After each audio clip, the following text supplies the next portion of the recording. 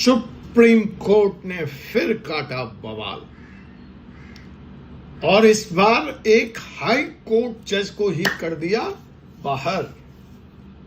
तो क्या मान लिया जाए कि देश में जुडिशियल इमरजेंसी लागू हो गई? जी हां, आप इस वक्त देख रहे हैं 4C सुप्रीम लॉ पार्टनर्स का कानूनी चैनल और मैं हूं होस्ट और आपका कानूनी दोस्त doctor Ajay Kumar Pandey, Supreme Court of India से। गजब मामला है साहब, गजब मामला है, रंग ही अजीब है। सुप्रीम कोर्ट ने एक ऐतिहासिक झटका दे दिया। अभी तक तो ईडी को डांट फटकार, अब बारी आ गई हाई कोर्ट के सिटिंग जज की और सुप्रीम कोर्ट ने जरा भी मुरव्वत, जरा भी सॉफ्ट कॉर्नर नहीं दिखाया। जी हां, ये जज हैं इलाहाबाद उच्च न्यायालय के माननीय न्यायाधीश जस्टिस प्रशांत कुमार जी। इन्हीं के मामले में सुनवाई करते हुए इनको हमेशा हमेशा के लिए जब तक ये सर्विस में, कल इत्तेफाकन ये अपग्रेड होकर सुप्रीम कोर्ट भी आ जाए तो यह फैसला लागू होगा। इनकी फैसला क्या है कि ये पूरी जिंदगी अपने पूरे सर्विस के दरमियान किसी भी क्रिमिनल मैटर की सुनवाई नहीं कर, किसी भी क्रिमिनल मैटर को ये सुन नहीं कर पाएंगे। आखिर ऐसा ऐतिहासिक अभूतपूर्व फैसला सुप्रीम कोर्ट को क्यों देना पड़ा? आइए हम समझते हैं। साहब, सुप्रीम कोर्ट ने इस फैसले के तहत देश के तमाम जुडिशियरी के अफसर, चाहे वो हाई कोर्ट के हों, चाहे वो डिस्ट्रिक्ट कोर्ट के हों, चाहे किसी भी कोर्ट में अगर वो जज की कुर्सी पे बैठे हैं, फैसला कर रहे हैं, कैट के हों, ट्रिब्यूनल के हों, एनसीएलटी के हों, एनसीएलटी के हों, कहीं भी बैठे, सुप्रीम कोर्ट ने उनको संदेश देने का कोशिश किया है कि now it is time to be accountable for your action, for your judgment, for your address. मनमानी नहीं चलेगी। मैं कह सकता हूं कि इस फैसला और यह रवैया अगर जारी रहा तो it is a very good sign for the Indian democracy कि जुडिशियरी में अकाउंटेबिलिटी का वक्त आ गया है। क्या जज भी इंसान है और वो गलतियां कर सकता है? ऐसी सोच,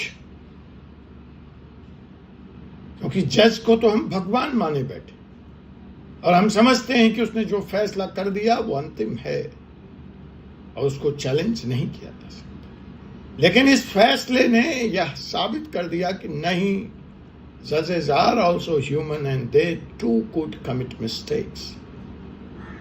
और अगर वो गलतियां करते हैं और उनसे गलतियां होती हैं तो उनकी जवाबदेही भी होनी चाहिए। आज हम आपको इसी एक्सप्लोसिव और पावरफुल जजमेंट के पीछे का जो सच है वो बताने का प्रयास करेंगे अपने इस कानूनी एपिसोड के जरिए। देखते रहिए आप इस वीडियो को अंत तक। तो जैसा कि मैंने आपको बताया कि साहब, इस फैसले ने एक बार पूरी जुडिशियरी को हिला दिया। फैसला क्या है, इसके पीछे का सच क्या है? यह एक जुडिशियल अर्थक्वेक है, भूकंप है। साहब, सुप्रीम कोर्ट ने हाई कोर्ट जज पे कंप्लीट बैन लगा दिया और कहा अपने रिटायरमेंट तक ये किसी भी क्रिमिनल केस की सुनवाई नहीं करेंगे।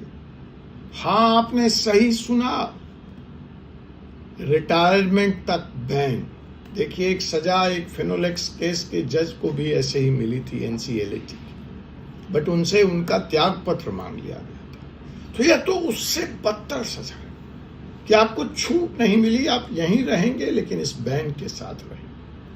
अब उस जज साहब ये जिल्लत भरी जिंदगी, जिल्लत भरी नौकरी कितने दिन कर पाएंगे मैं कह नहीं सकता, लेकिन जो भी वकील मुवक्किल उनके कोर्ट में अपीयर होगा, एक बार उनके माथे पर लिखा हुआ यह चस्पा, यह जजमेंट कई तरह के सवाल पूछेगा। अब आप सोच रहे हैं कि क्या जज ने मर्डर का सपोर्ट किया था? ऐसा कौन सा गुनाह कर दिया? क्या रेप का सपोर्ट किया था? क्या किसी डॉन को बचाया था? नहीं, बिल्कुल नहीं, इतना संगीन जुर्म नहीं। और हां भी गलत ऑर्डर पास किया जनाब, वो भी इतना गलत कि सुप्रीम कोर्ट अपना आपा खो बैठा। सुप्रीम कोर्ट ने कहा this is the worst and erroneous order ever. Yes, इससे बुरा और इससे गलत फैसला जुडिशरी के इतिहास में नहीं हो सकता। This was the comment of supreme court. तो चलिए देखते हैं ऐसा क्या कर दिया हाई कोर्ट के जज जस्टिस प्रशांत कुमार ने कि जुडिशियल भूकंप आ गया, और क्यों सुप्रीम कोर्ट को इतना सख्त फैसला लेना पड़ा और उन्हें अपने रिटायरमेंट तक क्रिमिनल मैटर से साइड लाइन कर दिया गया, रादर अपने लाइफ तक। जी, इस केस का नाम था मेसर शिखर chemicals versus Shrinath ji trading company, दो व्यवसायिक प्रतिष्ठान। मुद्दा था सिंपल बिजनेस ट्रांजैक्शन। 52 लाख का माल सप्लाई हुआ, पेमेंट हुआ सिर्फ 47.75 लाख। सो जो मुकदमा है अगर कायदे से देखा जाए तो 3,25,000 का महज, और यह 3,25,000 का मुकदमा कितना भारी पड़ा है जस्टिस प्रशांत कुमार को, ये आप देख ही रहे। अब व्यवसायिक है, लेन देन की बात है, स्वाभाविक है मुकदमा सिविल था, कोई चीटिंग नहीं है, कोई फ्रॉड नहीं है, कोई क्रिमिनल इंटेंट प्रूव नहीं हुआ। पर जज ने कहा late the complainant try his luck. शिकायतकर्ता को अपना किस्मत आजमाने दीजिए 3,25,000 के लिए। और इसी के साथ इस व्यवसायिक मुकदमे को, इस सिविल मुकदमे को कन्वर्ट कर दिया क्रिमिनल केस में। ले आए क्रिमिनल इंटेंट बिजनेस डिस्प्यूट। और फिर तो सुप्रीम कोर्ट जो अपना आपा खोया, आग बबूला हुआ, उसने कहा this is mockery of justice. यह न्याय प्रणाली, न्यायिक व्यवस्था सबका अपराध है, सबका मजाक है साहब, अव्वल दर्जे का मजाक। क्या जुडिशियरी के लोग, हाई कोर्ट जैसे सीट पे बैठे लोग अब लॉ स्कूल के बेसिक्स प्रिंसिपल को भूल रहे हैं? जस्टिस जेवी पारदीवाला और जस्टिस आर माधवन के बेंच ने कहा this order is so bad it should not survive even for a minute. Judiciary is not a gambling arena. Justice can't be based on luck. Connect कीजिए, let the complainant try his luck. अरे justice luck से चलेगा? जज ने सिर्फ law का गलत interpretation नहीं किया बल्कि मिसयूज किया। मैं नहीं कह रहा। जस्टिस पारदीवाला और जस्टिस आर माधवन की बेंच ने कहा साहब यह इग्नोरेंस थी या पावर ड्रंक फैसला था या फिर कुछ और। आप इशारा समझ रहे हैं, या फिर कुछ और, we don't know, but this demands action. और फिर फूटा एटम बम, चला बम सेल, और आया फैसला, justice Prashant Kumar will not here any criminal case till his retirement in May 2029। 4 साल की नौकरी बाकी है जज साहब। सुप्रीम कोर्ट आने का चांस भी पूरा था। अब आप सोचिए, सुप्रीम कोर्ट को इतना स्ट्रिक्ट होना पड़ा। यह सिर्फ एक लीगल एरर नहीं था, यह था सिस्टम का फेल।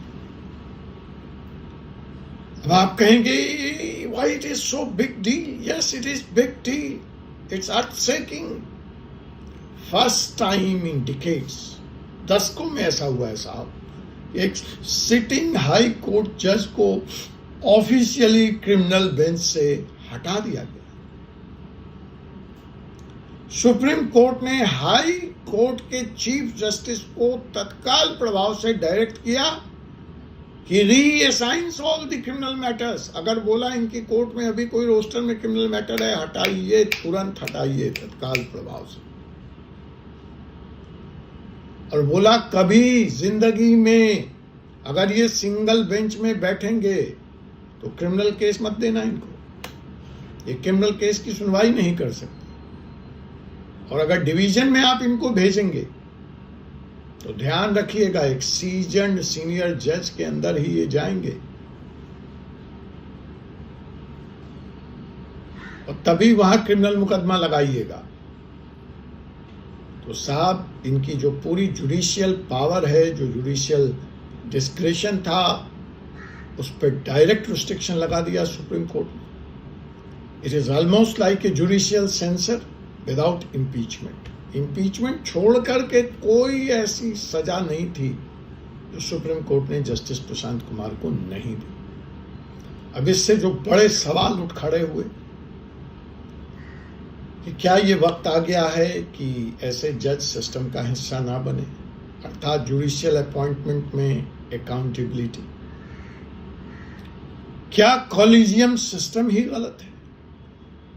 क्या कॉलेजियम ने गलत जज को प्रमोट किया था? यह भी सवाल बनता है। ये लोग यहां तक पहुंच कैसे गए? क्या हाई कोर्ट के इस जज ने अपने आप को कानून से ऊपर समझ लिया था?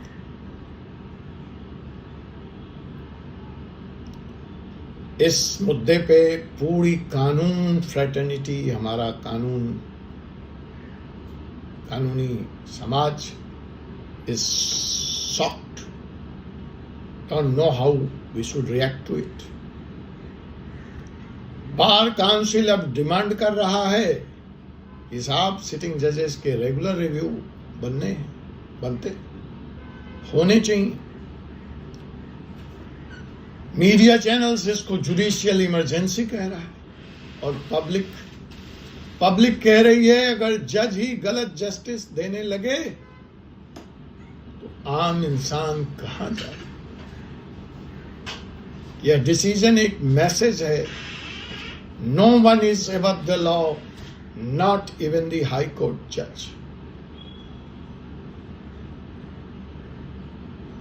मैं सुप्रीम कोर्ट का एक अफसर होने के नाते इस मुद्दे पर सिर्फ यह कहना चाहूंगा कि हमारी जुडिशियरी को क्लीन करने का वक्त आ गया है। जजेस को भी अब परफॉर्मेंस ऑडिट फेस करना होगा, और कोई जज लॉ के दहलीजों से बाहर नहीं है, और अगर वह बाहर जाता है तो उसको रिटायरमेंट तक बेंच से हटा देना ही सही। आज का मैसेज सिर्फ इतना है, justice delayed is injustice, but justice misused by जजेस इज ए नेशनल थ्रेट। यह राष्ट्रीय अस्मिता पर प्रहार है। आपको यह वीडियो कैसा लगा क्या आप चाहते हैं मैं फुल जजमेंट पर एक लाइव सेशन करूं? कमेंट करके जरूर बताइए। Share this video with every lawyer, law student and citizens who believe in justice. Subscribe कीजिए 4C supreme law for more such exclusive research based courtroom level content. जय हिंद, जय न्याय। आपसे पुनः मुलाकात होगी एक ऐसे ही विषय के साथ अगले एपिसोड में। तब तक मुझे advocate doctor Jai Kumar Pandey, Supreme Court of India को अनुमति दीजिए। जय हिंद, जय भारत, जय संविधान।